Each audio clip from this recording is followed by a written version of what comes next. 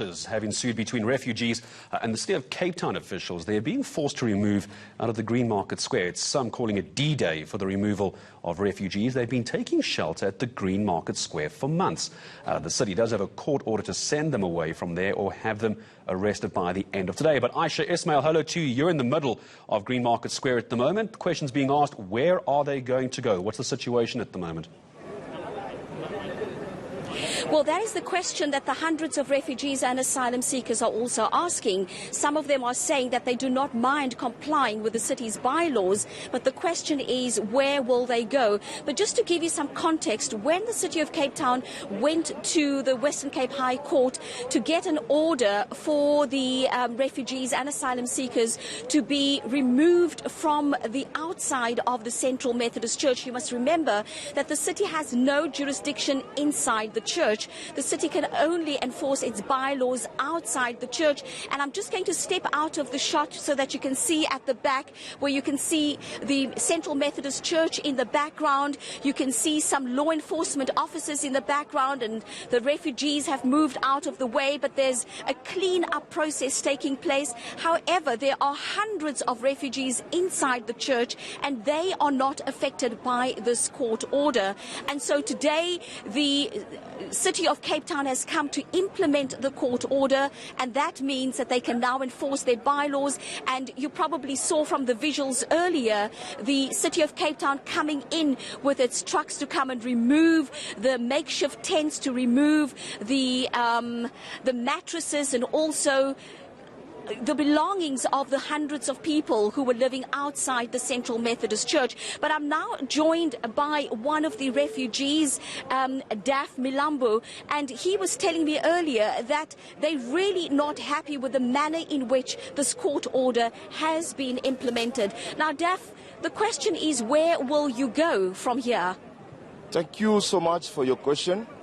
Actually, we don't have anywhere to go with our children and our women. We don't have anywhere to go. And we are very surprised and very shocked to see the city only care about this place that is dirty, but they don't care about human beings that are living on this place. We've been here for very long. It's been now 5 months, and all of us here, we are homeless. This morning, they decided to use by law to chase us away. Actually, right now, we don't have anywhere to go. So, if I still remember, in the High Court, even the judge asked them that day, if you want to chase them away, do I not have any right to know where those guys are going to go? Actually, right now, we don't have anywhere to go, and we don't know what's going to happen to our kids in the next 2 hours.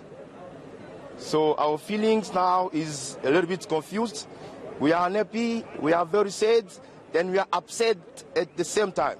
So for me, I would like even to ask the law enforcement or the police that are here to shoot me, to be shoot the first person, because I don't have anywhere to go. So it's better for me to die and go sleep in peace. Duff, now we saw the law enforcement officers removing the tents and removing the belongings of the refugees and asylum seekers, and they have also asked the refugees and asylum seekers to vacate this the place here outside the Central Methodist Church here on Green Market Square. Are you going to leave? Asking me if I'm going to leave, I'm still coming back to your first question. I don't have anywhere to go. If I live here, where will I go? I better die. I can be killed and just die to go sleep in peace. Then I can be buried. That's the only place I can go. Because right now, I'm homeless. Even my kids, right now, they are on the road now. So when we came here, we did not demand even anything from South Africa government. We want the UNHCR to attend us. Actually, we don't even see them.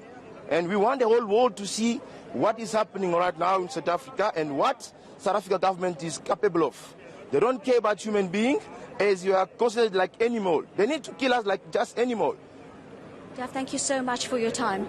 And there you have it, Gareth. This is a developing story, but what's interesting to note is that the court order from the Western Cape High Court does not make provision for the city of Cape Town to provide alternative accommodation. But of course, there's always a humanitarian aspect, and especially when we're looking at and dealing with women and children. But it's still, and we're still unsure exactly where the hundreds of refugees and asylum seekers are going to go from here.